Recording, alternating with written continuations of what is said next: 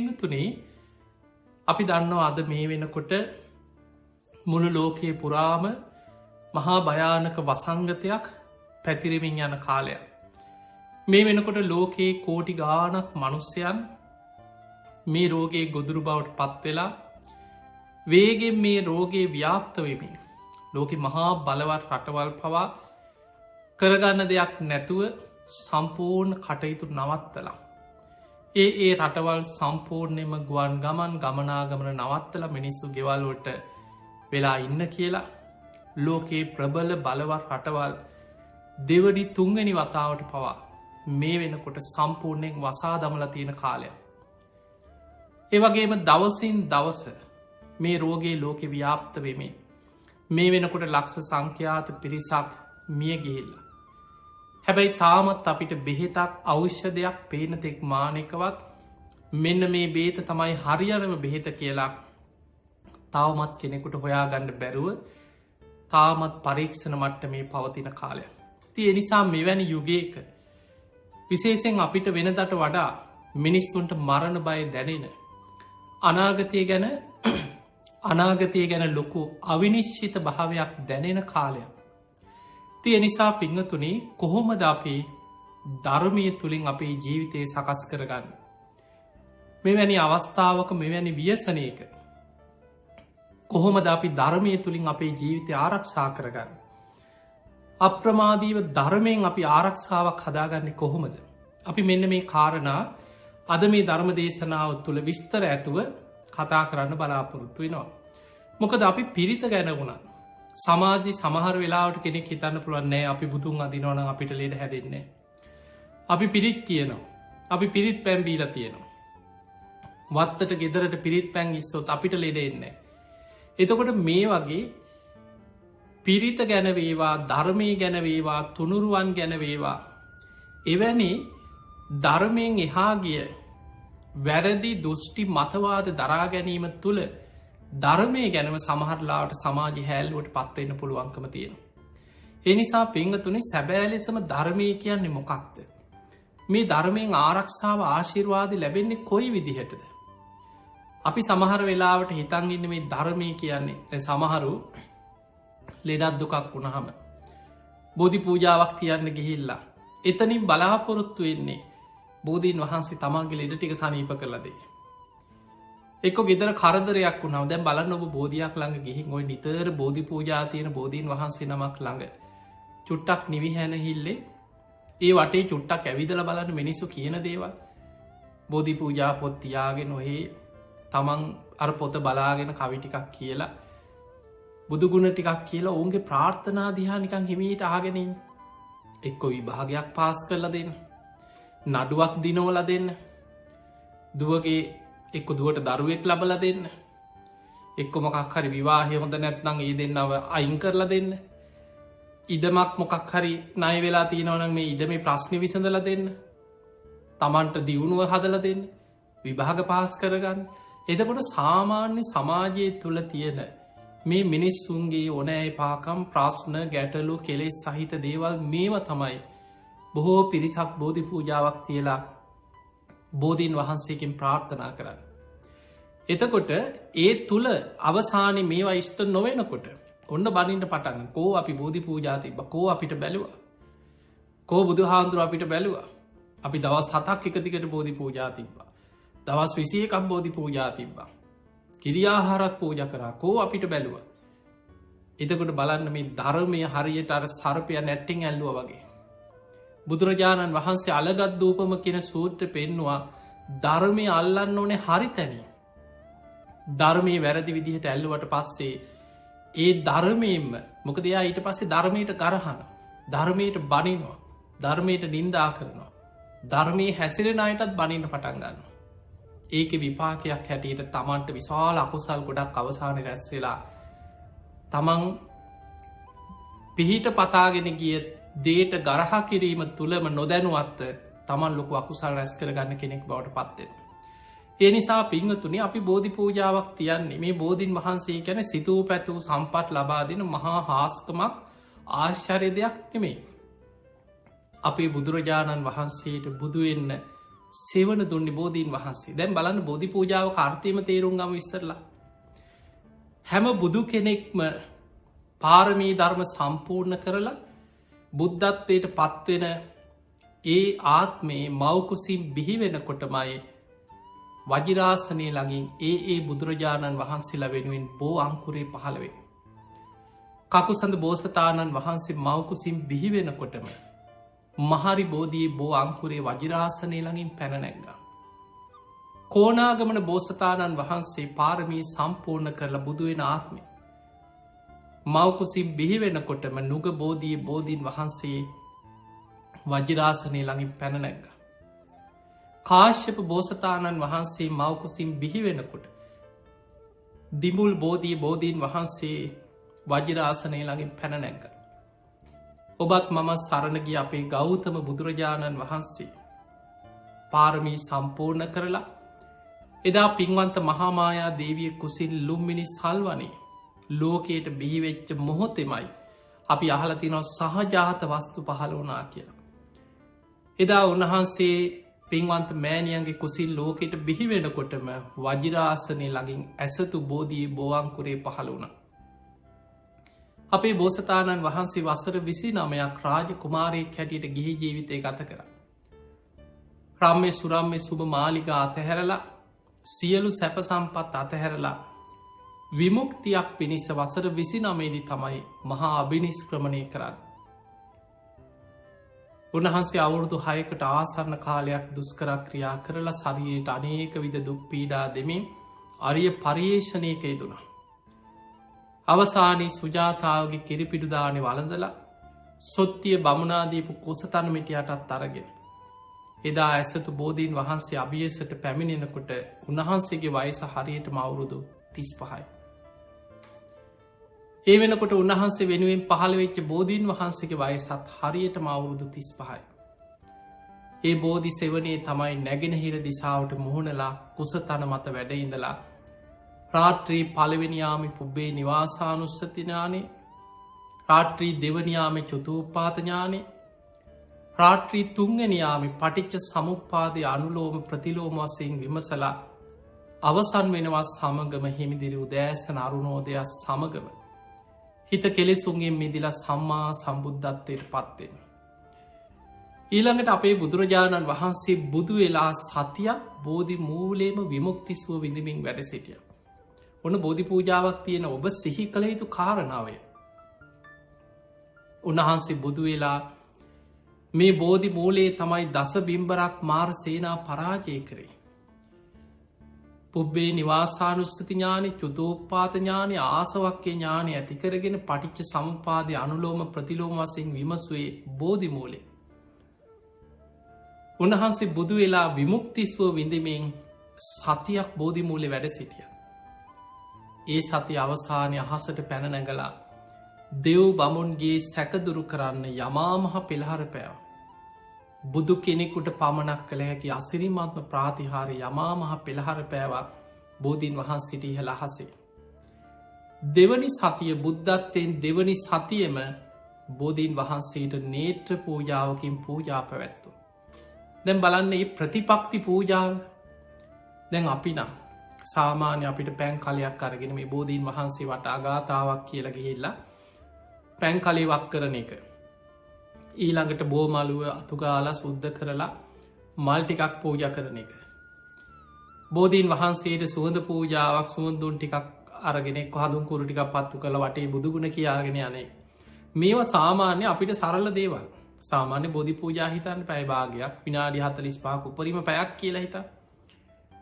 අපේ බුදුරජාණන් වහන්සේ බුදු වෙලා දෙවනි සතියෙම සතියක් එකම ඉරියව්වෙන් බෝධීන් වහන්සේ දෙස බලාගෙන ඇසිපිය නොහෙලා නේත්‍ර පූජාවකින් පූජාවක් පැවැත්තු. අනිමිස්ස ලෝචන පූජාව. එතකොට මෙන්න මේ කාරණා නිසා උන්වහන්සේට බුදුවෙන්න සෙවන දුන්න බුද්ධත්වයට පත්වනේ බෝධීන් වහන්සේ සෙවනේ. ඒ බෝධී බුදු වෙලා සතියක් විමුක්තිසුව විඳමින් වැඩ සිටිය බුද්ධ ස්පර්ශයෙන් පූජනීයත්වයට පත් වුණා. බුදුරජාණන් වහන්සේ සතියක් නේත්‍ර පූජාවකින් බෝධීන් වහන්සේට පූජා පැවැත්තුවා. මෙන්න මේ කාරණා එක්ක මම සරණගේ බුදුරජාණන් වහන්සේට බුදුවෙන්න සෙවනදු. ඒ බෝධීන් වහන්සේට මගේ වන්දනාව පූජා වේවා කියලා අන්න ඒ අරමුණෙන් තමයි බෝධීන් වහන්සේට පූජා පවත්වන්න. ඒ අරන්න බෝධීන් වහන්සේට දරුවෙක් ලබල දෙන්න කියලවත් විභාග පාස් කරල දෙන්න කියලාවත් නඩුවක් දිනවන්න කියලවත් එක්ක ඉඩකඩම් ප්‍රශ්නයක් පවුල් ප්‍රශ්නයක් මේ වගේ දේවල් මිනිස්සුන්ගේ ජීවිතය අසරණකම තමයි මිනිස්සුන්ට ප්‍රශ්නයනවා ගැටලුවෙනවා කරදරෙනවා විපත්වෙනවා ඒ එන කරදර විපත් ඉදිරියේ තමන්ගේ දුක කියාගෙන ගිහිල බෝධීන් වහන්සේ ඉදිරියේ මිනිස්සු ඒදේ කියනවා. හැබැයි සමහර වෙලාවල්ලට මිනිස්සු හරියට බෝධී පූජා තියල බෝධීන් වහන්සේට වන්දනා කරලා පිරිත් හැබැයි එතන පළවෙනියට තියෙන්න්න ඕන අවංකත්තේ. කෙනෙක් හරියට පන්සිල් රකිනවන. කෙනෙක් හොඳට ගුණධර්ම පුරනවන. කෙනෙකුට තුනුරුවන් ගැන සද්ධාව තියෙනවන. යානිකන් දවසත් දෙකත් තමන්ගේ බේරුමට කරදරයක් කෙනකොට විතර බෝධීන් වහන්සේ ළඟට ඇවිල්ල පූජාවක් තියලා යන්න නැති නිතර බෝධීන් වහන්සේට පුද පූජා පවත්වන බුදුගුණ සිහි කරන සෑමලුව චෛත්‍යමලිය අමදිමින් එවැනි පින්කම් පූජාවල් කරනකොට මතකතියාගන්න බෝධීන් වහන්සේලා අභියස චෛත්‍යරාජාණන් වහන්සේලා අභියස උක්ෂ දේවතාවරු පූජනය ඒ පුුණ්‍ය භූමියවලට වන්දනා කරන දෙවි දේවතාවරු රැස්වෙලා ඉන්න. එදකොට ඒ දෙවියන්ගේ අනුකම්පාව පිහිට ආශිර්වාද ආරක්ෂාව ලැබෙනවා. අන්න එවැනි දේවල් තුළ නිතර ඇවිල්ල බෝධීන් වහන්සේට පූජා පවත්වන බුදුගුණ කියන දහම්ගුණ කියන ධර්මී හැසිරෙන කෙනාට ඒ දෙවියන්ගේ පිහිට රැකවරන ආශිර්වාදයෙන් ඔහුට සිතක් සාන්තියක් සැලසෙනවා. ඒම අවස්ථා තියෙනවා. හැබැයි අපි බෝධි පූජාවක් තියන්න ඕනෑ සැබෑ ලෙසම බුදුරජාණන් වහන්සේට බුදුවෙන්න සෙවනදුන්. ඒ බෝධීන් වහන්සේට කරන පූජාවක් හැටියට මයි. අපේ චේතනාව අරමුණ වෙනස් වුනාට පස්සේ දැම්බලන්න අපි භාවනා කරන්න ඕන මොකටද කිලොබ හිතන්. ඇයි කෙනෙක් භාවනා කරන්නේ. ධර්මය තුළ බුදුරජාණන් වහන්සේ පෙන්නුවේ නිවන් අරමුණු කරගෙන. ධර්මාවබෝධය අරමුණු කරගෙන. සසරදුකින් මිදීම අරමුණු කරගෙන. අන්න භාවනාව ඉලක්කේ. හැබැයි කෙනෙක් භාවනා කරන්න හිතනවා මට තව කෙනෙක්ගේ හිත කියවල මේ හොර බාපු හොර හොයන්න. යාගේ රහස් හොයාගන්න. අහසිං යන්න පුළුවන් වුණුත් මට මැජික් පෙන්න්න පුළුවන් වුණු ඔය වගේ කොච්චර ඉන්නවද. සමහරයි සමහර දරු නොදන්නකමට අපි ළඟ හාන්දුරනේ මේ භාවනා කරලා මට මෙහෙම පුළුවන් වෙයිද මට මේ වගේ හැකියාවක් කරන්න පුළුවන් වෙයිද. එහෙම ඇවි ලහන දරුව ඉන්න අපි ළඟට. ඔහුට ධර්මය ඉගෙන ගන්නවත් භාවන කියන්න මොකක්ද ඒ මොකොත්න මේ අවශ්‍ය වෙන්නේ භාවනා කරලා මොනවාහරි විශේෂ දෙයක් තමන්ට ඇති කරගෙන ඒකෙන් අනිත් අය පහත් කරන්න තමන්ට සමාජි කැපිලපෙන්න මටත් මෙහෙම දෙයක් පුළුවන් කියලා සමාජයට පෙන්නන්න ඒ අරමුණුවලින් එෙන ඉන්න නැතුවනෙමේ. ඒ නිසා පිංහතුනි අපි හරියට තේරුම් ගන්නට ඕනෑ පිරිත් කිව්වත් පිරිතේ තියෙන ආශිර්වාද මොකක්ද කියලා හරියට තේරුම් ගන්න ඕන. දැන් අපි හිතමු පිරිත මේ පිරිත කියලා කියන්නේ බුදුරජාණන් වහන්සේගේ බුද්ධ දේශනා පළවෙනිම දේ තමයි පිරිත් පොතේ තියෙන පිරිත් දේශනාදිහා ඔබ හොඳට හොයලා බලන්න. ඒ දේශනාවල පළවෙනිම ඉලක්කේ බුදුරජාණන් වහන්සේගේ 84,000ක ධර්මස්කන්ධය ගත්තා. ඒ දේශනාවල මුල්ම ඉලක්කේ තමයි සංසාර දුකින් එතර කෙරීම. චතුරාර්ය සත්‍ය අවබෝධය, නිවන් අවබෝධය. දැන් බුදුහාඳුරන්ගේ ශ්‍රාවක ඇයි අපි තෙරුවන් සරණ යන්නේ? ගිහි ශ්‍රාවකයෙක් ගැන හිතන්න. ඔබ තිසරණ සහිත පන්සිල් සමාදන් වෙනවා. ඕකේ අර්ථය දන්නේ කීයෙන් කී දෙනාද කියලා ඔබම හොයලා බලන්න.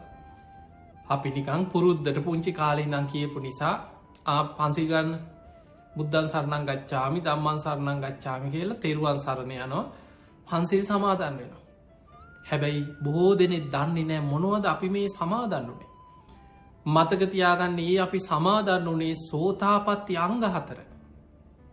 පළවෙනිම ඉලක්කේ සෝවාන් ඵලයට පත්වීම. අන්න ඒ පළවෙනි ඉලක්කය මේක අනුපුබ්බ සික්ඛා අනුපුබ්බ කිරියා අනුපුබ්බ ප්‍රතිපදා. පිළිවෙලින් අවබෝධයේ පැත්තට යන ධර්මයක් මේ. සෝවාන් වෙච්ච ශ්‍රාවකයෙකුට ඇති වෙනවා බුද්ධේ අවිච්ඡා ප්‍රසාදේ. එයා බුදුරජාණන් වහන්සේ ගැන අචල සද්ධාවකින් යුක්තයි. ධම්මේ අවිච්ඡ ප්‍රසාදය. යාට ධර්මය ගැන අචල සද්ධාවකින් යුක්තයි. සංඝේ අවිච්ඡ ප්‍රසාදය. එයා ශ්‍රාවක සංඝයා ගැන අචල සද්ධාවකින් යුක්තයි. ආර්ය කාන්ත සීලේ පන්සිල් සමාදන් වෙලා පන්සිල් රකින ගිහි කෙනෙක් නම් ඒ සීලේ තුළ එයා දිවිහිමියන්ගේ ශික්ෂාපද ආරක්ෂා කරන ආර්ය කාන්ත සීලෙ පිහිටපු කෙනෙක් වෙනවා සෝවාන් වෙද්දී. එතකොට සාමාන්‍ය සෝවාන් වීම පිණිස මහන්සි ගන්න බුදුන් සරණ යන ගිහි ශ්‍රාවකයාගේ අරමුණ තමයි මං කොහොම හරි පළවෙනිම ඉලක්කෙ මං ආර්ය අෂ්ටාංගික මාර්ගයට පැමිණෙනවා. සෝතාපන්න කියන්නේ ආර්ය අෂ්ටාංගික මාර්ගයට පැමිණීම. මම කොහොම හරි සෝවාන් වෙන්න. ඒ පිණිස යා බුද්ධං සරණං ගච්ඡාමි ධම්මං සරණං ගච්ඡාමි සංඝං සරණං ගච්ඡාමි ဒ ුතියම්පි තතියම්පි තුන් වතාවක්ම තුනුරුවන් ගැන අධිෂ්ඨානෙන් සරණ යනවා. උතුම් පංචශීලයේ පිහිටනවා මම මේ ශික්ෂාපද කොහොම හරි රැකගන්න. ඒ තමයි සෝතාපට්ටි අංග 4 සමාදන් වෙන්නේ. එතකොට අපි මේ විදිහට මේ ධර්මයේ ගැන හරි නිරවුල් දැනුමක් තිබුණා. බොහෝ දෙනෙකුට පේන්නේ බණ අහනවා, ගොඩාක් බණ අහනවා. අපිට පේනවා රට පුරා ධර්ම දේශනා, දහම් පින්කම්, වන්දනාවල් කොච්චර මිනිස්සු එකතු වෙලා බණ අහනවද? හැබැයි ගොඩාක් දෙනෙක් සමහර බණ ඇහුවට සමහරු බුදුගුණ ටික ඉතිපිසෝ ගාථාව කටපාඩමින් කියයි. හැබැයි බුදුගුණ නමේ විස්තර කරන්න කිව්වොත් ඒකේ අර්ථය දන්නේ නැහැ. ඒ නිසා මතක තියාගන්න අපි පිරිත් කියනකොට බුදුන් වඳිනකොට මේ පිරිතක ආශිර්වාදයක් ලබනකොට අපි සැබෑ ලෙසම ඒ ගැන දැනුමක් අවබෝධයක් ඇති කරගත යුතුයි. අන්න එතකොටයි අපිට ඒක ප්‍රතිඵල ලබන්න පුළුවන්කම තියෙන්නේ. පින්වතුනි මේ දේශනා අතර දැන් අපි ගමු රතන සූත්‍රය. මේ කරදර විපත් වසංගත එනකොට අපිට නිතරම අහන්න ලැබෙන දෙයක් තමයි විශාලා මහනුවර තුම්බිය ඇතිවෙච්ච වෙලාවේ බුදුරජාණන් වහන්සේ මහරහතන් වහන්සේලා සමඟ වැඩම කරලා රතන සූත්‍ර දේශනා කරලා විශාලා මහනුවර තුම්බිය දුරු වුණා. ඒ බුද්ධ බලයෙන් ධම්ම බලයෙන් සංඝ බලයෙන් බුද්ධ ආඥාවක්කේ පිහිටවත් අධිෂ්ඨානය. ඊළඟට ගංගානං ගඟෙන් පැන් කර පිරිත් පැන් එකක් අරගෙන බුද්ධ හාමුදුරන්ගේ පාත්තරයට ඒක පෙරලා ආනන්ද හාමුදුරන්ට දෙනවා. ආනන්ද බුද්ධ අධිෂ්ඨානයෙන් ධම්ම සංඝ කියන තුනුරුවන්ගේ අධිෂ්ඨානය බුදුරජාණන් වහන්සේගේ ශ්‍රී හස්තයෙන්ම අධිෂ්ඨාන කරලා දෙනවා. ආනන්ද නගරේ ප්‍රාකාර වලලු 3 වටා යමින් නගරයට පිරිත් පැන් එහෙ. එතකොට මෙන්න මේ සිදුවීම් එක්ක අපි රතන සූත්‍රයේ මේ ආශිර්වාදය අපි බලාපොරොත්තු වෙනවා. අපි මේකත් එක්ක අපි පැහැදිලිව තේරුම් ගන්න ඕනේ. දේශනාවල අපි දන්නවා දැන් ගිරිමානන්ද සූත්‍රය ගත්තොත්. අපි ලෙඩ වුණාම සමහරුන්ට ගිරිමානන්ද සූත්‍රය කියනවා. කෙනෙක් හිතෙන්න පුළුවන් දැන් බොහෝ දෙනෙක් හිතාගෙන ඉන්නේ යා ලෙඩ වෙලා නම් පිරිත් ටිකක් කියවන්න ඕන. ගිරිමානන්ද සූත්‍රය කිව්වොත් හරියයි. එයා ලෙඩ වෙලා නම් පිරිත් ටිකක් හාමුදුරු කෙනෙක් අරගෙන පිරිත් ටිකක් කියවන්න ඕන. ඔකට හොඳ බොජ්ජංග පිරිත්. ඕකට හරියන්නේ ගිරිමානන්ද සූත්‍රය. එතකොට ඔය වගේ අපි ඒ පිරිත් දේශනා ගැන අපි කියනවා. ඔබ අහලා ඇති ඕන තරම්. මතක තියාගන්න ගිරිමානන්ද අපි මේ එකින් එක ඉස්සෙල්ලා පැහැදිලි කරගමු. ගිරිමානන්ද දේශනාවේ තියෙන්නේ ගිරිමානන්ද කියන ස්වාමීන් වහන්සේ ලෙඩ වුණා, ගිලන් වුණා. උන්වහන්සේ හොඳට නිරෝගීව ඉන්න කාලේ දස සංඥා පුරුදු කරපු කෙනෙක්. උන්වහන්සේ ලෙඩ වෙච්ච වෙලාවේ ආනන්ද හාමුදුරුවෝ බුදුරජාණන් වහන්සේ ළඟට ඇවිල්ලා කියන ස්වාමීනි භාග්‍යවතුන් වහන්සේ අර ගිරිමානන්ද භික්ෂුව බොහෝ ගිලන් වෙලා ලෙඩ වෙලා. උන්වහන්සේ බොහොම අසාධ්‍යයි. බුදුරජාණන් වහන්සේ වදාළ ආනන්ද එහෙමනම් ඔබ මෙන්න මේ දස සංඥා හොඳට අහගන්න, මතක තියාගන්න, ධාරණය කරගන්න. ඔබ ගිරිමානන්ද භික්ෂුව ඉදිරියට ගිහිල්ලා මේ ගැන සිහි කරන්න කියන්න. ආනන්ද හාමුදුරන්ට බුදුරජාණන් වහන්සේ මේ දස සංඥා ගැන කියලා දුන්නා. ඒ ගිරිමානන්ද හාමුදුරුවෝ කාලයක් පුරුදු කරපු දේ. අනිත්‍ය සංඥා, අනත්ත් සංඥා, ආදීනව සංඥා, අසුභ සංඥා, පහාන සංඥා, විරාග සංඥා, නිරෝධ සංඥා, සබ්බ ලෝකේ අනබිරත සංඥා, සබ්බ සංඛාරේසු අනිච්ච සංඥා, ආනාපාන සති, මේ වගේ භාවනා ක්‍රම 10ක් තියෙනවා. මේ භාවනා 10ම හොඳට විස්තර කරලා මේ භාවනා ක්‍රම 10ම හොඳට විස්තර කරලා තේරුම් ගත්තොත් ඔබට තේරෙනවා මේ තුල තියෙන්නේ තනිකරම ධර්මාවබෝධය නිවන අරමුණු කරගෙන දේශනා කරපු භාවනා 10ක් තියෙන. අනිත්‍ය සංඥාව. මේ පංච උපාදානස්කන්ධය ගැන අනිත්‍ය වශයෙන් භාවනා වඩන හැටි. අනත්ත් සංඥා. අනාත්මයි. මම මගේ ආත්මය කියලා මේ කිසි දෙයක් තමන්ගේ වසඟේ පවත්වන්න බෑ. අනාත්ම වශයෙන් බලන හැටි මේ පංච උපාදානස්කන්ධයේ ආයතන 6 අනාත්ම වශයෙන් බලන හැටි. අසුභ වශයෙන් මේ ශරීරයේ තියෙන දෙතිස් කුණුප කොටස් බෙද බෙදා අසුභ වශයෙන් මෙනෙහි කරන හැටි. ඔය ආදීනව සංඥා මේ ශරීරයට හැදෙන ලෙඩ රෝග කොයි තරම් ලෙඩ හැදෙන කයක්ද කියලා මේ රෝග පීඩා හටගන්න ශරීරයේ ස්වභාවය. එතකොට මෙන්න මේ වගේ භාවනා 10ක්. මේ 10ම ආනන්ද හාමුදුරුවෝ හොඳට අහලා මතක තියාගෙන අර ගිලන් වෙලා හිටපු ගිරිමානන්ද ස්වාමීන් වහන්සේ ළඟට ගිහිල්ලා දස සංඥා ගැන කිව්වා. තථාගතයන් වහන්සේ මේ දස සංඥා ඔබට කියන්න කියලා බුදුරජාණන් වහන්සේ දේශනා කරා කියලා. ගිරිමානන්ද හාමුදුරුවෝ ඇදගෙන හොඳට අහගෙන හිටියා. තමන් වඩපු ගුණධර්ම ඒ තුල හිත පිහිටියා, හිත වැඩුණා. ඒත් එක්කම රෝගයේ යටපත් වෙලා උන්වහන්සේ සුවපත් වුණා. දැන් ඒ ගිරිමානන්ද ස්වාමීන් වහන්සේ වඩපු ගුණධර්ම මෙනෙහි කරනකොට උන්වහන්සේගේ රෝගී සුවපත් වුණා. ඊළඟට තියෙනවා බොජ්ජංග ධර්ම ගැන.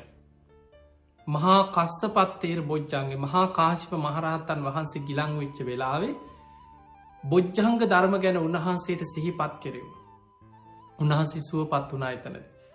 මහා මොග්ගල්ලානත් තේර බොජ්ජංගේ මහා මුගලන් මහරහතන් වහන්සේ ගිලන් වෙච්ච වෙලාවක උන්වහන්සේට බොජ්ජංග ධර්ම සිහි කරපු වෙලාවේ උන්වහන්සේ සුවපත් වුණා. උන්වහන්සේලා ඒව වඩපු නිසා. ඊළඟට අපිට පේන අනාථපිණ්ඩික සිටුතුමා ගිලන් වෙච්ච වෙලාවේ බුදුරජාණන් වහන්සේ වැඩම කරලා සෝතාපට්ටි අංග ගැන බුදුරජාණන් වහන්සේ සිහිපත් කරන එක අවස්ථාව. එතකොට මේ වගේ ඒ අය තමන් පුරුදු කරපු ගුණ ධර්මයේ දේශනාවල සඳහන් වෙනවා. දැන් අපි ගමු මේ ගැන නොදැනගෙන අපි ගමු කෙනෙකුට පන්සිලුත් නැහැ. පංච දුෂ්චරිතයේ මේ දෙන උදේ ඉඳන් ගෙදර බුදුහාඳුනට බයිනවා, ගමේ පන්සලේ හාඳුනට බයිනවා. ද්වේෂයෙන්, වෛරයෙන්, කේන්තියෙන්, දුරාචාරයේදී ඉන්න මිනිස්සෙක් ලෙඩ වෙනවා. ලෙඩ වෙච්ච ගමන් ගෙදර අය කියනවා ගිරිමානන්ද සූත්‍රය කියවන්න, පිරිත් ටිකක් කියවන්න හාඳුරු ගෙනල්ලා. අනේ ඉතින් ස්වාමීන් වහන්සේලාට ආරාධනා කරාම උන්වහන්සේලා බොහොම මෛත්‍රියේ. උන්වහන්සේලා කරුණාවෙන් කවුරු වුණත්, හොරෙක් වුණත්, මිනිමරුවෙක් වුණත්, අපරාධකාරයෙක් වුණත්, මොන තරමේ මිනිස්සෙක් වුණත් ස්වාමීන් වහන්සේලා පාංශකූලයට වඩිනවා, පිරිතට වඩිනවා. අනුකම්පාවෙන් උන්වහන්සේලා වැඩම කරලා අනුශාසනාවක් කරනවා. දැන් ස්වාමීන් වහන්සේලා වැඩම කරලා පිරිත් කියනවා. පිරිත් කියලා ගියාට පස්සේ අපි හිත මේ මිනිස්සයා සමහරුන්ට පිරිත් කියනකොට අකුසල් කරලා, පව්කම් කරලා සමහරට අමනුස්ස බලවේග වලටත් ගොදුරු වෙලා, ඒවටම නැඹුරු වෙච්ච අමනුස්සයන්ට ගොදුරු වෙලා පිරිත් කියනකොට ඉන්නත් බෑ. හාඳුලා දකින්නකොට හූ කියන අය ඉන්නවා. ඒ තරමට මිනිස්සුන්ගේ පිරිහිලා සමහර ලාවට පිරිත් කියලා ඉවර වෙලා ගෙදර පිරිත් පටියක් දාලා තියෙනවා. අන්තිමට බයින කෝ ප්‍රතිඵල අපි පිරිතුත් දාලා තිබ්බ පැය 24න් පිරිත් දාලා. හාමුදුරුවෝ ගෙනහලා පිරිත් කිව්වා මේ පිරිත් නූලකුත් බැන්දා. කෝ ප්‍රතිඵල? පින්වතුනි මතක තියාගන්න, ඔබ තුල ධර්මයේ Taman තුල පිහිටන්න නම් අර කලයක් මුණින් හරවලා කලයට වතුර වක් කළා කෝ වතුර කියලා අහනවා වගේ ඔබ තුල මතක තියාගන්න ධර්මයේ ඔබට ප්‍රතිඵල ලබා දෙන්නේ ඔබ ප්‍රතිඵල ලබන්න සුදුසු මට්ටමේ ගුණධර්ම ඇතු වාසය කරු. ප්‍රධානම දේ ඔබ සිල්වත් වෙන්න. පංච සීලේවත් ඔබ ආරක්ෂා කරන්න පුරුදු වෙන්න. ඔබ කොච්චර පිරිත් පටි දාලා තිබුණත්, පිරිත් පෑන් ඉහා හිටියත්, පිරිත් කලවලින් නනා හිටියත්, ඔබ තුල පන්සිල්වත් සමාදන් හරියට පංච සීලේව රැකගන්න බැයි නම් පිරිතට බැනලා වැඩක් නැහැ. ප්‍රතිඵල නැත්තේ ඒ ධර්මයේ ඔබට පිහිටන්න තරම් ඔබ තුල ගුණයක් නැති නිසා. අන්නේ නිසා ගෙවල් වල දැන් අපිට කරදර බාධා විපත් එනකොට දැන් මිනිස්සෙකුට කෙනෙකුට සමහර ලාවට නිකං ධර්මයේ කියද්දි තේරෙන්නේ නැති කෙනාට කරදර විපත් එනකොට බයට හරි තේරෙනවා. දැන් අපි දන්නවා සමහර තරුණ කාලේ ඔහේ ධර්මයට බයිනවා, පන්සලට බයිනවා, හාඳුරන්ට බයිනවා, ඔය මොන බණද කියලා අහනවා. හැබැයි ලෙඩ වෙලා වයසට යනකොට සමහරු වයසට යනකොට තරුණ කාලෙ මැදි වයසේ ඔහේ කේලංකිය කිය අකුසල් කර කර පවකං කර කර පංච දුෂ්චරිතය මේ දීන්න ඉන්න බොහෝ දෙනෙ.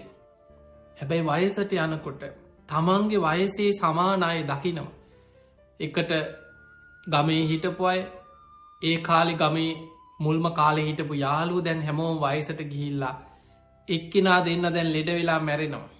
ආරංචි වෙන අන්න අසවලා මැරිලා සිරිපාලක් නැති වෙලා අන්න සුමන දාසක් නැති වෙලා අන්න අසවලත් මැරිලා තමන්ගේ වයසේ අය මැරෙනකොට පෙට්ටිවලින් උත්සගෙන සොහොනට ගෙනියනවා දකිනකොට හිතට බයක් ඇතියෙනවා ඊළඟට කාටද දැන් ඊළඟට මටද දන්නේ මමට ලෙඩින් ඉන්නේ අරයත් නැති වුණා මෙයත් නැතිව අන්න එතකොට සමහරුන්ට පන්සල මතක්කෙන් අමාරුවෙන් හැරමිටි ගහගෙන හරි ඊට පස්සේ සිල්ඩෙද්දක් ඇනගෙන පන්සලටය මෙහෙම පන්සලට ගිහිල සමහරුන්ට බණ අහන්න තියා ඉඳගන්නවත් බැකොන්ද රිදෙනවා කකුල් දෙක තියාගෙන ඉන්න විදිහක් නෑ ධනිශ්‍රී දෙනවා බණ කියනකොටම නින්ද යනවා බුදුන් අදින්න ගියත් නින්ද යනවා මෙහෙම තමයි බොහෝ දෙනෙක් උපාසක අම්මලා උපාසක චරිත ගත්තොත් අභ්‍යන්තරයේ බොහෝ පිරිසක් ධර්මය අල්ලන්නේ ඇත්තටම ධර්මය අවබෝධ කරන්න අදහසකින් නෙමෙයි අඩුම ගානේ දැන් හරි දැන් අපිට පේනවා මේ ලෝකයේ පුරා මොන තරම්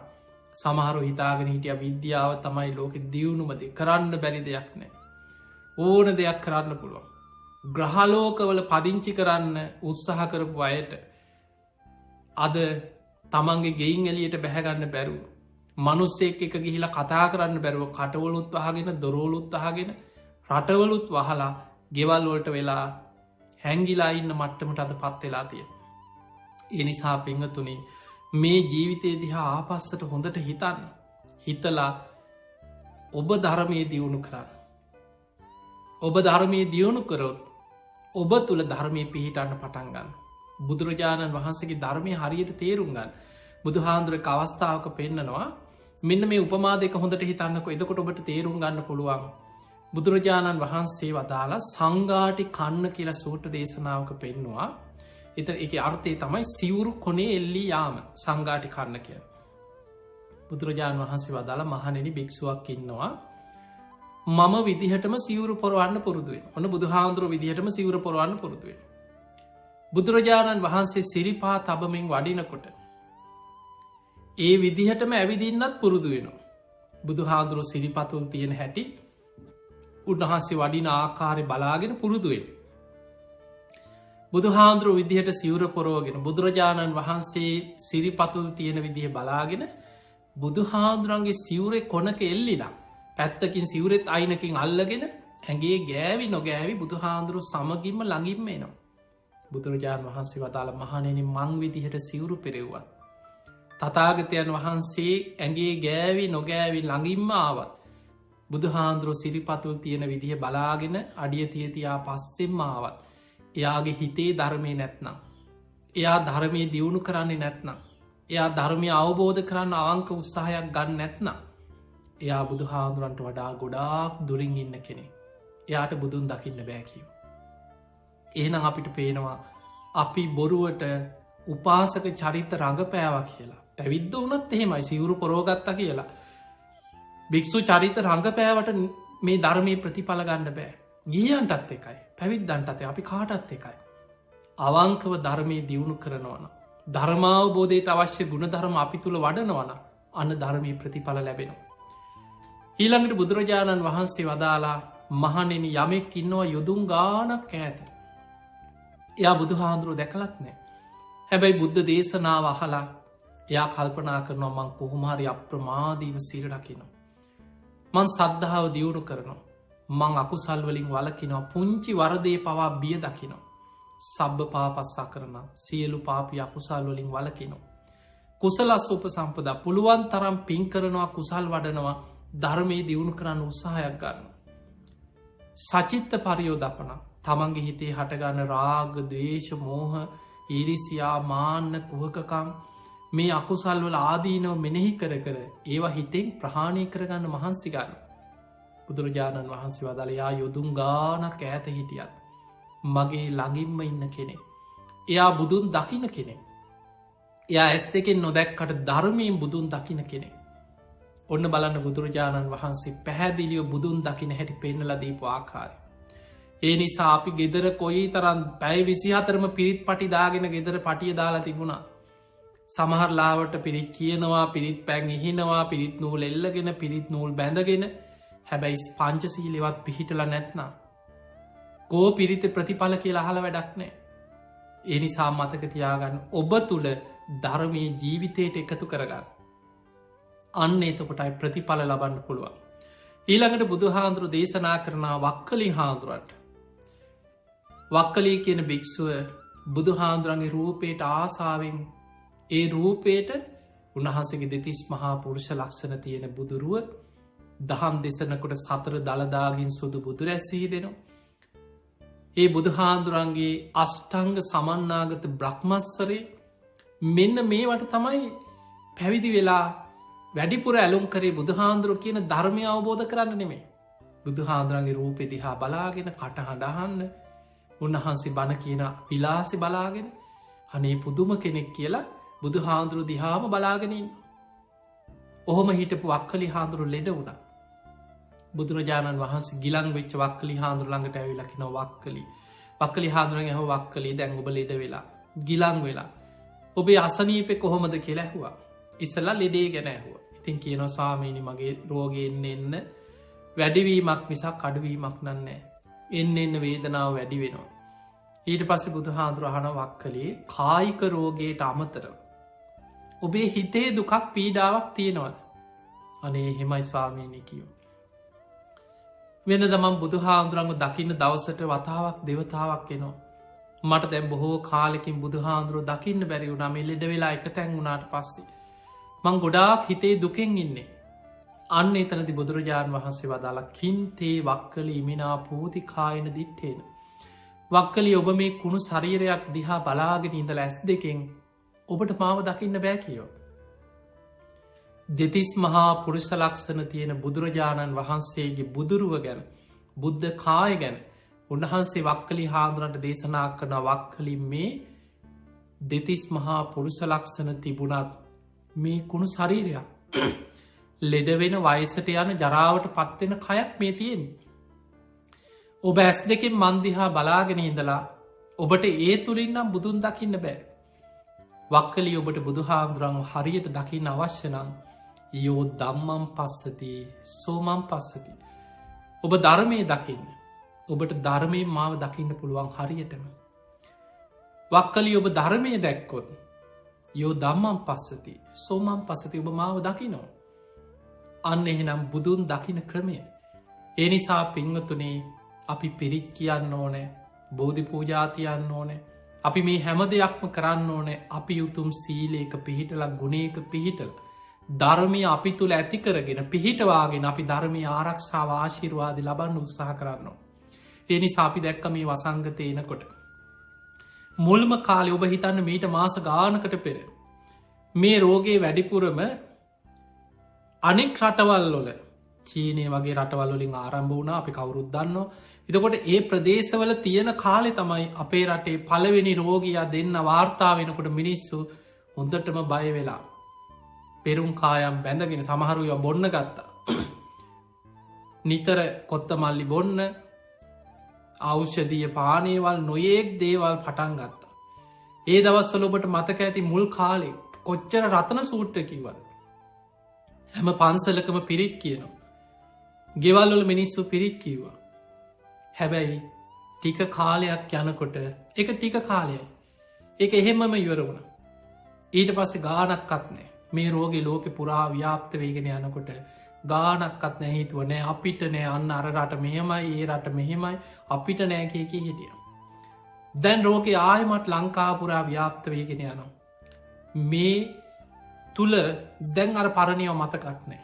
දැන් අපි දැක්ක පවුගේ කාලි මොනවුනත් පිංහතුනේ කවුරු ඒවා කවුරු කරත් පිරිත් කියනකොට පිරිත් පැන්ටිකක් කියනකොට මේවට ගරහන බනින එක දේශපාලන කෝනවලින් වෙන්න පුළුවන්. මේවත් එක්ක බොහෝ වෙලාවට මිනිස්සු කොච්චර පව් කරගන්න අකුසල් කරගන්න පිරිසා අපිට සමාජය තුළ දකිින් ලැබෙන. තිය නිසා පින්වතුනේ හිතට එකඟව අවංකව ඔබ ගුණ ධර්ම තුළ පිහිටලා ඔබේ ආරක්ෂාව ධර්මයනුත් ආරක්ෂාව හදාගන්න ගම රෝගයකදි මතකතියාගන්න ඒ රෝගයෙන් වලකින්න නං කළ යුතු වෛද්‍යවරුන්ගේ උපදෙස් ඒ ආරක්ෂණ ක්‍රමතියෙන් බුදුරජාණන් වහන්සේගේ ධර්මී පැහැදිලිව බුදුහාන්දුරුව පෙනම් මග හැරීමෙන් ප්‍රහාණය කළ යුතු ආශ්‍රව කියලා සබ්භාසව සූත්‍රයේ මේ කෙලෙස් ප්‍රහාණය කරන්න නම් ආශ්‍රව ප්‍රහාණය කරන කෙනා සමහර අවස්ථා තියෙනවා ඒවා මග හැරල යන්නවා. තැන්ගොන්න බුදුහාන්දුරුව පෙන්න්නනවා තනි අලිය ඉන්න පාරක් තියෙන. මේ අලිය ඉන්න තනි පාරේ. කෙනෙක් කියන ඔය පාරය අලිය ඉන්නවා යන්න එපා. එයා කියනොන්නෑ මම පිරිත් කියාගෙන යන්නේ. මං රතන සූත්‍ර කියාගෙන යන මට ගහ නලියෙක් නෑ කියල යනවා. දැන් අලිය ගැහුවොත් කවුද වැරදි රතන සූත්‍රද වැරදි. බුදුහාන්දුරුද වැරදි. ඒවා මගහැරීමෙන් ප්‍රහාණය කළ යුතු ආශ්‍රව. ඊළඟට කටු සහිත මාර්ග කවරු හරි කියෙන මේකේ කටු වලවල් තියෙනවා. මේකේ මොනහරි අනතුරු තියන මේ පාර යන්න එපා. ඊළඟට උල් තියෙනවා කටු තියෙනවා බොරුවලවල් කපල තියෙනවා කෙනෙක් කියන නෑ මං වැටෙන්නෑ මං මේ හරියට මේ පන්සිල් සමාදන් වෙලා මං උදෙත් පන්සිල් ගත්තා මං පිරිත් කියන කෙනෙක් මං ගෙදර තුන්සූට්‍ර කියන කෙනෙක් මට කරදරයක් වෙන්න ෑ කියලා යනවා. ගිහින් අනතුරේ වැටුනොත් බුදුහාන්දුරුවනේ මේ වැරදි. ඒ නිසා ඒව මගහැරීමෙන් ප්‍රහාණය කළ යුතු ආශ්‍රව ධර්මය වෙනම කොටසක් තිනවා සබ්භාසව සූත්‍රය අනතුරු සහිත තැන් මගහරින් මගහැරීමෙන් ප්‍රහාණය කරන්න. ඒ වගේ මේ වසංගතයේදී ප්‍රධාන වසයෙන් මතකතියාගන්න ඔබ ඔබේ ආරක්ෂාව මේ ලෝකයේ තුළ වෛද්‍යවරු මේ හැමෝම මේ ගැන පර්යේෂණ කරන සියලු දෙනාම දැනුන්දීලා තියෙනවා මේ වෛරස් එක බලෙන් ඇවිල්ලා ඔබේ ඇඟට රිංගනවන මේ ඔබ ගෙදර ඉන්නකොට කොහේ අද තියෙන වෛරස් එකක් ඇවිල්ලා දොරෙන් ඇවිල්ලා ජනේලෙන් ඇවිල්ලා ඔබේ කොහෙන් හරි ඇඟට රිංග ගන්න වනේ මේ. ඒ නිසා ඔබ එලියට යනකොට නිවසින් එලියට යනකොට ඔබේ මුහුණු ආවරණයේ මුකාවරණ පැළඳගන්න එක. නිතර අත්සෝදනයක විසබීජනාසක භාවිතාක ලත් පිරිසිදු කරගන්න එක. මේ වගේ ඒ රෝගෙන් ආරක්ෂාවෙන ක්‍රම තියෙනවා.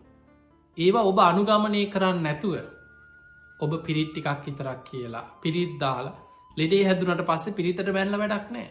ඒ නිසා මතකතයක් පිරිත් කියන්න පිරිත කියන්නේ තුනුරුවන්ගේ ආශිර්වාද.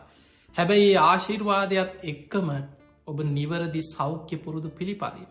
දැන් හිතන්න බුදුහාන්දුරුව ලෙඩ වුණාද නැද්ද. බුදුරජාණන් වහන්සේට ලෙඩ වුණා එහෙනම් අපි ලෙඩ නොවන්න විදිහක් නෑ. බුදුරජාණන් වහන්සේටත් හිසේ කැක්කුමක් ඇති වුණ. බුදු හාදුරන්ටත් කොන්ද අමාරුවක් තිබිල තින එක බුද්ධ දේශනාවල තියෙනවා. අපේ බුදුරජාණන් වහන්සේ පිරිනිවන් පාන්න වඩිනකොට. උන්වහන්සේ බේලුව ගමේ වස් සමාදන් වෙනකොට මාරාන්තික බඩේ අමාරුවක් වැලදුනාකි. බඩේ අමාරු වේදනා එක සාමාන්‍ය බඩයම මාරාන්තික බඩය අමාරුවක් කියල මහා පරණිබ්භාන සූට්‍ර පෙන්න්න. අවසානි බුදුහාන්දුරු පිරිනිවන් පාන වඩින ගමන කලන්තය හැදෙනවා කීප වතාව. ආනන්ද කලන්තේ පිපාසයි. ඉක්මනට ආසනයක් පනවන්න කිය. අපිට ඒ වගේ දේශනා ගුඩක හම්බෙනවා. බුදුහාදුරුවන්ට ධර්මී පාලින් කැන ලෝහිත පක්කන්දිකාරෝගේ ලේත් සමඟ බඩේලියකයා කියන පිරිනිවන් පාන වඩින ගමන කීප වතාව. එතකොට ලේත් සමග යනෝකයන් උන්වහන්සගේ බඩවැල්වල තුවාල හැදිල තියෙනවා නේද. ඒ නිසාන ලේ යන්නේ. එතකොට අපිට පේනවා දැන් සාරිපුත්ත හාන්දුරු ප්‍රඥාවන්තයන්ගෙන් අක්ටයි. උන්වහන්සේටත් කර්මජ රෝගයක් හැටියට බඩය අමාරුවක් තිබ්බ. විටිං විට බලවත් වුණ සාරිපුත්ත හාන්දුරු පිරිනිවන් පානකොට ඒ රෝග වැඩි වෙලා ලේ වමන යනවා ලේ බඩේලියන. චුන්ද හාන්දුරු තමයි උපස්ථාන කරේ. එහෙනම් අපිට පේනවා බුදුහාන්දුරන්ගේ ශාසනී රහතන් වහන්සේ ලෙඩවුන් නැද්ද. ලෙඩ වෙලාම පිරිනිවන් පෑ පූතිගත්ති සාන්දුරු එක ගාථාවාහල රහත්වවෙන්න පින තිබුණට මුළු ඇගේම තුවාල දාලා ඒ තුවාල පැසවල සැරව ගලල කොච්චර දුක්වින්දද. ඒ නිසා මතකතියාගන්න අපි කවුරුත් දරාගෙන ඉන්න ලෙඩ වෙන කයක් ජරාවට පත්වෙන ශරීරයක්. මේ බුදුහාන්දුරුවට ලෙඩ වුණාන අග්‍රශ්‍රාවකයන් වහන්සේලා 80 මහ ශ්‍රාවකයන් වහන්සේ ඔය අතරින් සසර ඒකා සංකයේ කල්ප ලක්ෂයක් මහා ගුණපුරලා කල්ප ලක්ෂයක් පුරාම විවරණාරගෙන නිරෝගි සම්පත්තිය වෙනුවෙන්ම පින්කරගෙන ඇවිල්ලා කිසිම ලෙඩක් නැතුව හිටිය බක්කුල මහරහතන් වහන්සේ විතරයි අවුරුදු 160. මේ ශාසනයටම උන්වහන්සේ විතරයි. ඒක මහා ආශ්චර්යය. හැබැයි අනිත් සියලු දෙනා ලෙඩ වුණා. ඒ නිසා පින්වතුනි බුදුහාමුදුරුවෝ පවා ලෙඩ වුණාට පස්සේ භික්ෂූන් වහන්සේලාට බෙහෙත් නියම කරලා තියෙනවා. විනය පිටකේ සඳහන් වෙනවා බේසජ්ජක් ඛන්දකී කියලා වෙනම බෙහෙත් ලෙඩවලට ඒ ලෙඩ රෝගවලට බුදුහාමුදුරුවෝ නියම කරපු බෙහෙත් වර්ග සඳහන් කොටසක්. බුදුහාමුදුරුවන්ටත් වෛද්‍යවරයෙක් පින් කරගෙන පෙරුම් පුරාගෙන ආව ජීවක. ඒ නිසා මතක තියාගන්න ලෙඩක් වුණොත් බෙහෙත් ගන්න. ඒකට පිරිත් කියලා විතරක් නතර වෙන්න එපා. ලෙඩේට බෙහෙත් ගන්න. වෛද්‍යවරු කියන වෛද්‍ය පුරුදු පිළිපදේ මේ රෝගයෙන් ආරක්ෂාවෙන් ඔබ උපරිම ඔබේ ආරක්ෂාව ඔබ හදාගන්න. හැබැයි ඒ අතරතුර ඔබ හැමදාම දැන්වත් පන්සිල් රකින්න හරියට. නිතර ගෙදර බුදුන් ඇඳලා ගෙදර තුන් සූට්‍ර කියන තුන් සූට්‍ර කියන හරි බලවත්. දේශන අතර ආශිර්වාදය ආරක්ෂාව සියල්ල ලැබෙන. හැබැයි ඒක ලැබෙන්නේ ඔබ උතුම් සීලේක පිහිටලාන්න. ඒ නිසා ඒ ධර්මය ආරක්ෂාවත් හදාගන්න. ඔබේ සෞඛ්‍ය සම්පන්න ජීවන් රටාව තුළ ආරක්ෂාවත් හදාගන්න. නිවැරදි සෞඛ්‍ය පුරුදු පිළිපදින් මේ හැම දෙයක්ම එක්ක අන්න ඔබට මේ රෝගෙන් ආරක්ෂාවෙන්න පුළුවන්කම තියෙන. තිය නිසා පින්වතුනි රතන සූත්‍රය මහා බලවත් දේශනාව කෝටි ලක්ෂයක් සක්වල ආඥාපීටි දේශනාව. රතන සූත්‍රය ගැන ගාථාවෙන් ගාථාව බෝන තරං අහල ඇති. එදා බුදුහාදුරන්ගේ කාලේ විශාලා මහනුවර අපේ බුදුහාන්දුරුව පහළ වෙන්න කලින් තමයි විශාලා මහනුවරයි ප්‍රශ්නය හටගත්. බුදුරජාණන් වහන්සේ බුදුවෙලා මුල්ම කාලෙ දෙවනි අවුරුද්ධ තමයි විශාලා මහනුවරට වැඩම කරලා රතන සූත්‍ර දේශනා කරන්න. ඒ වෙනකොට මේ රෝගයේ විශාල වසයෙන් පැතිරිලා වසංගතය ඒත් එක්ක දුරුභීක්ෂයක් ඒත් එක්ක අමනුස්්‍යයන් නගරේ අරක්ගෙන රෝග දුර්භික්ෂ අමනුස්්‍ය කියන තුම්බියෙන් මුළු නගරේම අසරණ භාවයට පත්වෙලා. මිනිස්සු තැන් තැන්වල පාරවල්වල වැටිලා මැරිලා එහෙම කුණු වෙලා යන කවුරුඩ් ලංවෙන් නැමොකද මේ රෝගෙ පැතිරෙන නිසා. ඒ වසංගත කියන පැතිරිලා යන බෝ වෙනවා. මුත ශරීරයකින් පවා එක පැතිරෙන පුළ ඒ නිසා තමයි අද පවා ඔබ දන්නවා එවැනි රෝගී අද බලන්න මේ රෝගී වැළඳුනාට පස්සේ කෙනෙක් මිය ගිය පාංසකූලයක් තියන්න ගෙදරකට ගෙනහලා තමන්ගේ මියගේ ඥාතියා වෙනුවෙන් අවසං කටයුතු කරන්න අඩුගාන හෝගේ මූුණ බලල ඒ වගේ කටයිත් අවසං ගෞරවයක් දක්වන්න ඒ කිසි දෙයක් කරන්න පුළුවන්කමක් නෑ ඉක්මනින් ගිහිල්ල පුච්චලා ඔහු ඇඳගෙන හිටපු ඇඳුම් මේ සියල් පුළුස්සල ඔබ දකිනවා ඒ විදිහට ඒ කටයුතු අවසන් කරන්න මේ රෝගේ පැතිරීමේ අවධානමක් තියෙන නිසා. ඉති ඒ නිසා විශාලා මහනුවර පවා මේ රෝග වේගෙන් පැතිරුණ මිනිස්සු තැන් තැන්වල මැරිල්ලක් කුණු වෙලා යන තවත් රෝග පැතිරෙනවා. මේ මලකුණුවල දුර්ගන්ධ පැතිරෙනකොට අමනුස්්‍යයෝ නගර අරක් ගත්ත. මිනිස්සු ගෙවල්වල බයෙන් තැති ගැනීමෙන් විශාල පිරිසක් අසරණ වෙලා රෝගී වෙලා. ඒ වෙලාවෙ තමයි බුදු හාමුදුරු වැඩම කරලා රතන සූත්‍රයේ බුදුගුණ දහම්ගුණ සඟගුණ ඇතුළ සත්‍යක්‍රියාවක්තිය. ඒ බුදුගුණ සත්‍යක්‍රියාව දහම්ගුණ සත්‍යක්‍රියාව සඟගුණ සත්‍යක්‍රියා බලයෙන් පිරිත් පැන් එකක් ගංගානංගගෙන් පැන් එකක් අරගෙන පෙරලා බුදු හාදුරන්ගේ පාත්‍රයට අධිෂ්ඨාන කරලා ආනන්ද හාදුරන්ට තුන ආනන්ද නගරයට පිරිත් පැන්හෙන්. ඒ පිරිත් පැන් ඉහිනකොට නගර හිටපු අමනුස්්‍යයන් සීසීකට දුවන්න ගත්තා කිය. එතකොට අපිට නොපෙනෙන පැත්තක්කේ. අමනුස්්‍යය දුවප එකක් හරි අමනුස්්‍යයෝ මිනිස්සු අත හැල්ලා ගියා කියලා හරි පිරිත් පැන් හිනකොට ඒක මිනිස්සුන්ට පේන්නේ. හැබැයි බුදු හාන්දුරුව දකිනෝ. බුදු හාන්දුරුවන් සංඝයා පිරිවරාගෙන නගරයට වැඩම කරලා සිරිපතුල තියෙනකොට බුද්ධ අධිෂ්ඨානයෙන් නියගේ දුරුවෙලා එකිනෙකට වෙනස් වැසි හතක් ඇදහැලුනා කියලා දේශනාව අටුවාව තියෙනවා. මල් වැස්සක් පොද වැස්සක් පිටිවැස්සක් මේ විදියට මහා වැසි ඇදහැලිලා නගර පිරිසිදු භාවයට පත් වුණ. පවිත්‍රත්වයට පත් වුණ. මේ පිරිතේ ධර්මය මහා ආශිර්වාදයක් තියෙන හැබැයි ඒක ලබන්න නම් ඔබත් ඒ ධර්මය තුළ පිහිට දැම් බලන්න අපි අපේ රටේ දළදා මාලිගාවේ පෙරහැරට පෙර දළදා වහන්සේ වඩම්මනකොට මහා වැසි වැදහැලිල නගර පිරිසිදෙනවා. ඒ අදටත් අපි දකින ආශ්චර්ය. ඒවගේ අපේ රටේ පවා අතීතයේ නියග දුර්භික්ෂ ඇතිවෙච්ච වෙලාවල් රජවර උතුම් සීලේක පිහිටලා ගුණධර්මෝල පිහිටල සත්‍යක්‍රියා කර. ඒ වගේ අපිට පේන වරුවන් වැලි මහා සෑයි සත්‍යක්‍රියා කළ තින අතීත රජවරු රටේ නියග දුර්භික්ෂ ඇතිවෙච්ච වෙලාවල්වල. ඒ නිසා විපත් පීඩා කරදර ලෝකෙ කවදත් එන්න පුළුව. ඒ කරදර විපත් එනකොට ඒවැන් ආරක්ෂාවන්න නම් ඔබ ඒ කටයුතු ගුණ ධර්මවල පිහිටල ධර්මය පිහිටල පිරිතේ ආශිර්වාදය ලබාගන්නවා වගේ මේ සෞඛ්‍ය පුරුදු ඒ සියල්ල පිළිපදේ. ඉතින් බුදුහාන්දුරුව එදා විශාලා මහනුවර නගරයට වැඩම කරලා. ඒ රතන සූට දේශනාව දේශනා කරද්දි කෝටි ලක්ෂයක් සක්වල දෙව් බමුන් අහසි පිරිලා ඉතිරිලා ඒ බුද්ධ ආඥාව ධර්මය ආඥාව සංඝ ආඥාව පිළිගත්ත කිය. රතන සූට්‍රයේ පළවෙනි දෙවනි ගාථා දෙකෙන් තියෙන්නේ දෙවියන්ට ආරාධනා කරලා. බුදුහාන්දුරුව දෙවියන්ගෙන් ඉල්ලීමක් කරනවා. මේ මනුස්ස වර්ගයා ගැන මෛත්‍රී සිත ඇති කරගන්න. මෙත්තං කරෝත මානුසියා පජාය. දිවාච රත්තෝච හරන්තියේ බලින් තස්මාහිනේ රක්ක තප්ප මත්තා. මේ මිනිස්සුන්ග දවල් රෑ දෙකේම මේ මනුස්්‍යයන් ගැන මෛත්‍රයේ සිත ඇතිකරගෙන මේ නගරවාසී මේ මනුස්්‍යයන් ආරක්ෂා කරන්න කියලා දෙවියන්ගේ ආශිර්වාදය ආරක්ෂාව මේ නගරවාසීන්ටත් ලබා දෙන්න කියලා බුදු හාමුදුරුව රතන සූට දේශනා කරන්න. ඒ දේශනාවේ හැම ගාථාවක මෙතනින් පස්සෙ තියෙන බුදුගුණ දහංගුණ සඟගුණ ඇතුළත් සත්‍යක්‍රයා. තිය නිසා පෙංහතුනී භාවනාවක් හැටියට ගත්තා. බුද්ධානුස්සතිය දම්මානුස්සතිය සංගානුස්සතිය මේ කියන අනුස්සති භාවනා වඩන්න පුළුවන් මෙන්න මේ ගාථාවේ තියෙන අර්ථය තේරුම් ගැනීම තුළ. ඒ වගේම ආශිර්වාදයක් හැටියට විශාල ආශිර්වාදයක් රැකවරණය. තිය නිසා මේ වසංගතය පැතිරීගෙන යන කාලෙ අපි දන්න අපේ රටේ මේ වෙනකොට නොයෙක් ප්‍රදේශවලි අපිට හිතාගන්න බැරි විදිහට මේ වසංගතය ව්‍යාප්ත වේගෙන යනවා. නමුත් රටක් වසයෙන් ගත්ත මේක වහල තිබ්ල දැම් හෝ දෙනෙක් මේක වහන්න ඒ තුළ කොච්චරනං පිරිසක් පීඩාවට පත් මිනිස්සු ගෙවල් වහගෙන හිටිය කියලා කවුරුත් මිනිස්සු කැමති ගෙදරටලා ඉන්න කවුරු අඩිගෙනල්ලා එහෙම සල්ලි දීලා කණ්ඩ දෙන්න එහෙම පුළුවන්කමක්නෑ කොච්චර මිනිස්සු පීඩාවට පත්වෙනවා.